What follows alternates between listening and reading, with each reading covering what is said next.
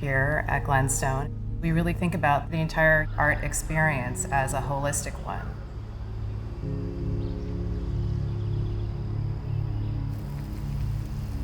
Something very important for us is that you have to physically be here and experience through all of your senses to be able to fully understand it, to comprehend its scale. Art does something to you in a visceral way.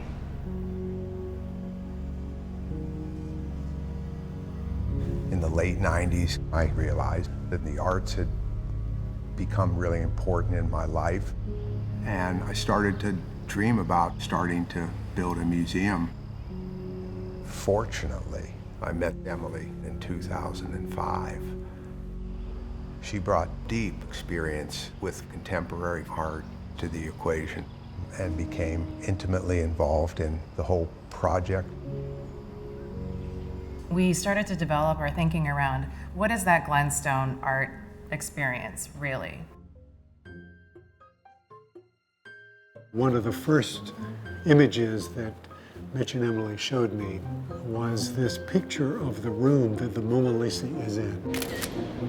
It was people standing 6, 8, 12 deep with their cell phones up taking a picture of the Mona Lisa.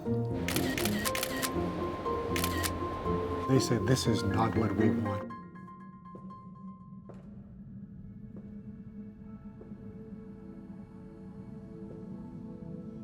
We wanted to bring this unhurried, not rushed experience to our visitors.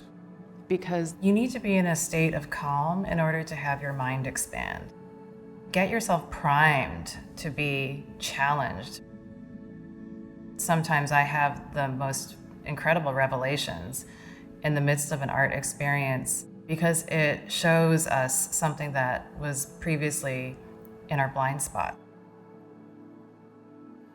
At Glenstone, we want people to become comfortable with their own discomfort. You're going to see artworks that challenge you. Oftentimes, these objects are not revealing themselves immediately to you as artwork. You recognize a table or a chair or a cabinet, and it's only upon closer inspection that you realize the heavy modification that the artist has done to these surfaces in order to tell the story of grief, to tell the story of loss, to talk about assault that occurs during times of conflict or war. My work needs to be presented with the utmost care. Having the privilege of showing the work at such a beautiful museum as Glenstone is extraordinary because I feel that these victims acquire dignity that is hardly possible anyplace else.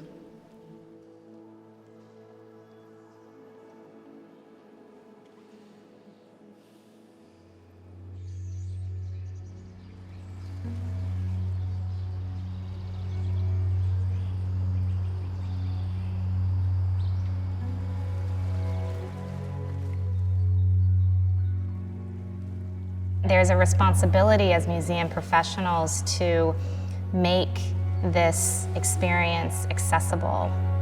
So you'll notice as you're journeying through the Glenstone experience that we don't have a lot of wall didactics for a visitor to passively read.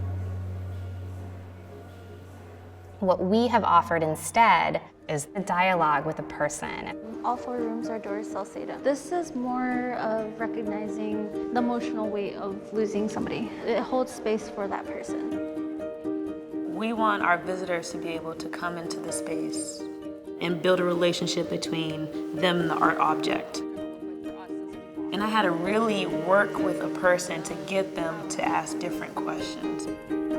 Just like, have the feelings, like what are you feeling? So what do you think? Is this at all what you were expecting? Okay, this looks like a sink. Is it a sink? Let me look closer. It feels like I'm outside. Am I outside? Let me examine that again.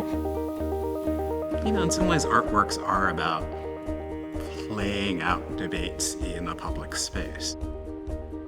If you were coming and seeing something and thinking about it or being annoyed by it, that's what a space like this can do. Glenstone is an artist-led institution. When Glenstone starts collecting a living artist's work, very often it starts with the artist visiting Glenstone. It sparks a dialogue. You know, the one thing that we didn't talk about is the way this piece cuts the sky. When it's vertical, it'll reflect itself. So that's the whole reason to have it outside. It's very inspiring to see them again. When you see things you haven't really seen for a long time, that can be stressful. It means that everything's still going on, still alive. The major thing for me was having the artists come sit with us and eat lunch with us and talk about their experiences, what they had to do to overcome X, Y, and Z to be in the position that they're in now. Things distill on my mind for a long time. I think that took 5 or 6, 7 years to make. I don't know no other museum doing that. That was sexy to me. I was like, okay, I'm about to talk to Mark Bradford. Okay. That is an experience.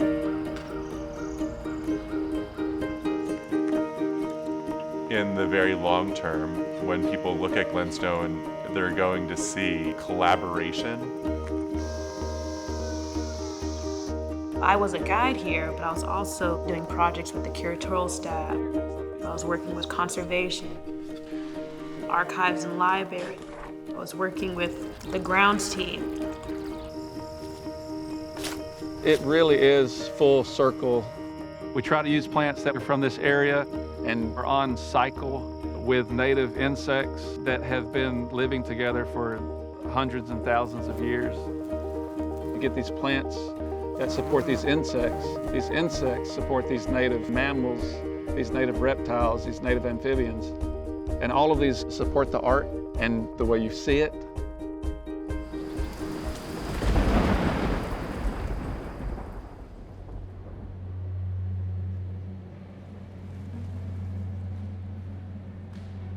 At Glenstone, the art collection, the architecture, and nature, all of these things need to be in sync with one another. We wanted to design in a way for the land to melt into the architecture and for the architecture to melt into the art. When you frame nature, you heighten the experience, and it's hypnotic.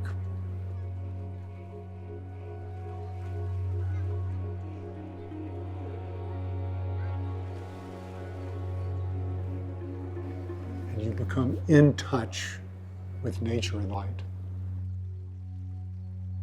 as a way of taking a breather from the experience with the art so that you have time and distance between that and the next room.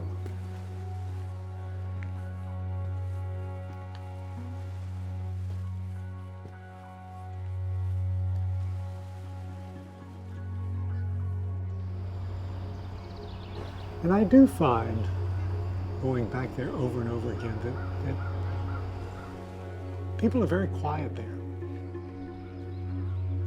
We weren't after this kind of silence, though. This kind of silence to experience nature and these extraordinary works.